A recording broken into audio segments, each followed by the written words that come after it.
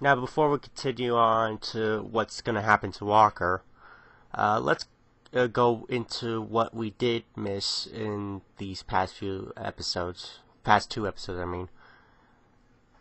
We will go over the art and intel of these episodes, and if you have anything you feel like I might have missed, just, say something.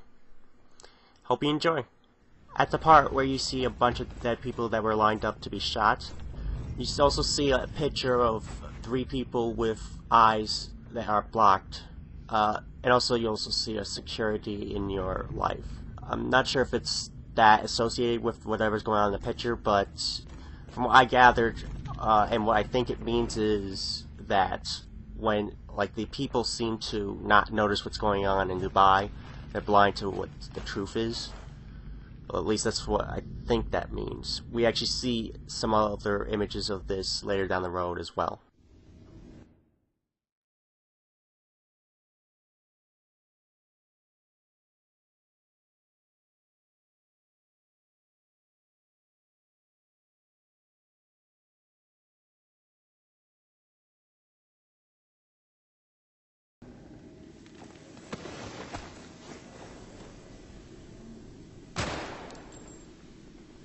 As originally reported upon first arrival, situation in Dubai dismal.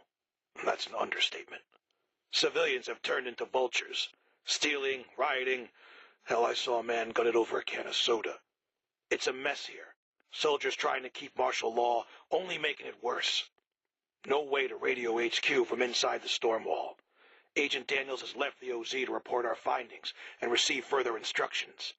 Langley's not gonna like what we have to say. Got a feeling they'll return the favor. If you remember, Agent Daniels is the one we're currently trying to find, and because right now the 33rd are torturing him. This seems to indicate that Agent Daniels was taken and kidnapped after he was trying to get to his superior, or superiors. It also tells what the civilians are doing at the moment, everything you probably already knew anyway. Agent Daniels is also apparently carrying information that isn't so good for whatever is going on around here. It also explains how come the CIA cannot communicate outside of Dubai because of the sandstorm.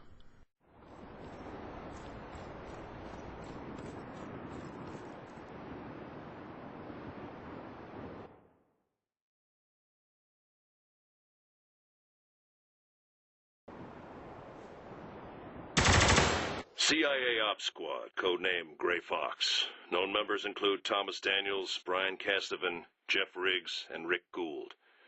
Interrogation of Daniels has revealed CIA to be responsible for attacks on our outposts throughout the city. CIA attacks have been aided by members of local populace, heretofore referred to as insurgents. Insurgents believed to be operating directly outside our territory. Daniels' questioning has revealed possible location of stronghold. Raid has been scheduled with intent to neutralize CIA threat and establish order in the area. If all else fails, recommend use of Daniels to lure other CIA members into the open. Agent Daniels' full name is actually Thomas Daniels, and he is part of Gray Fox. Another familiar name in Gray Fox is Brian Castovan, the guy that was interrogating McPherson until he shot Agent Castovan. Anyway, that is also mentioned in this, is that they are interrogating Agent Daniels, which we already know, and they are broadcasting it to lure the CIA and not necessarily just Walker and his team. Based on all the possible things I can even think of as to what Sangrado is, it's a place in Italy, and I believe this thing in particular means that people were getting relief from Sangrado, even though it doesn't make sense based on their website. Unless I'm understanding something, it's very complicated, and there's barely anything written about Sangrado, and especially in the Wikipedia. Not that I would use that as an official source, to help find out other sources, but anyway, I can't really find too much information about it. The best I guess I can make is that people from Dubai moved to Sangrado in order to watch out for that sandstorm that was mentioned in one of the tapes earlier. If you have any information to help, please feel free to let me know. This basically shows a small-scale modeling of all the buildings, I believe, in Dubai. Don't know if any building actually shows this. If they do, please, let me know about that too. Because I have no idea where this is in Dubai, if it even exists here. Maybe just show all the amazing buildings that are in Dubai, and they are pretty amazing. Go look them up, they're pretty cool. When I saw this at first, I was a little confused, but I kind of found what it meant. I did some research, and it seems like this is actually the Cirque du Soleil, hope I pronounced that correctly, that that you may have heard of before. They're basically a performance group that do performances for people around the world, and they have been at Dubai before. 4 years ago, in fact. Apparently there was a cast of 500 people.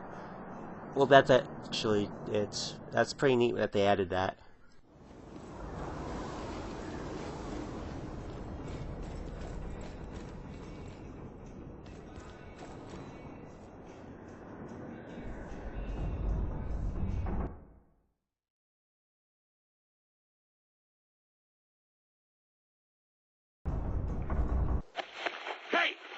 You have any idea who I am? Let him go, Nabil. That's right. Hands off the goods. You have 30 seconds. Tell me what you want. What I want? What I want is you, man, on record, telling me about the genocide you and your friends are trying to keep hidden from the rest of the world. Yeah. Magnus, you have no idea what you are saying. Get him out of here. Oh, yeah? Well, I'll tell you what I know. I know the truth, man, and the truth is where it's at. I know every expat and fat cat Emirati hightailed it out of Dubai on permanent vacation 2 days before your office shit-canned a news piece about the storms. Yeah, and I know your wife and kids left this morning, and I know your mistress is leaving town tonight. Chup, Sala. You know nothing of Dubai, my friend. If you did, you would know the truth is whatever we wish it to be. Any evidence you find to the contrary will never change that. Get out of my office. You can't hide the truth, man! I am 90% certain that this is the same radio man that we've been hearing throughout the game so far.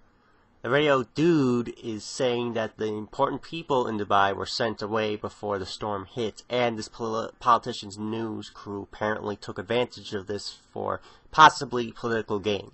As we will see in a moment, though, the politician may have bit more than he could chew. You may remember this place from another recording.